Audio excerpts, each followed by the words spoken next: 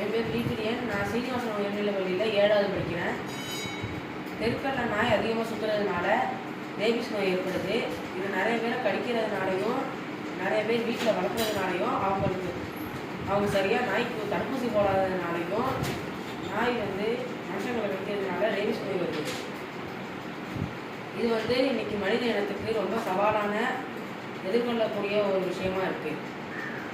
இது முதல்ல நாய் கடித்த இடத்துல இருந்து அதில் உள்ள நரம்புகளுக்கு பரவி மூளைக்கு தண்டோட மூலமாக பரவும். இதனால் மனிதர்களோட செயல்கள் நாய் மாதிரியே ஆகிடும்.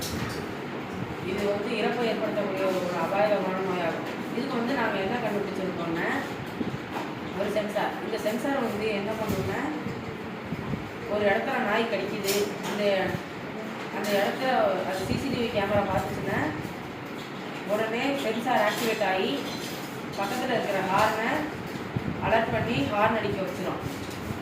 இது மூலமாக நாய் கடிக்குதுங்கிறத மக்கள் உணர்ந்து வேகமாக அவங்கள காப்பாற்றி ஹாஸ்பிட்டலுக்கு கூட்டிட்டு போவாங்க. இதனால் நிறைய பேர் இறக்குறதை தடுக்கலாம்.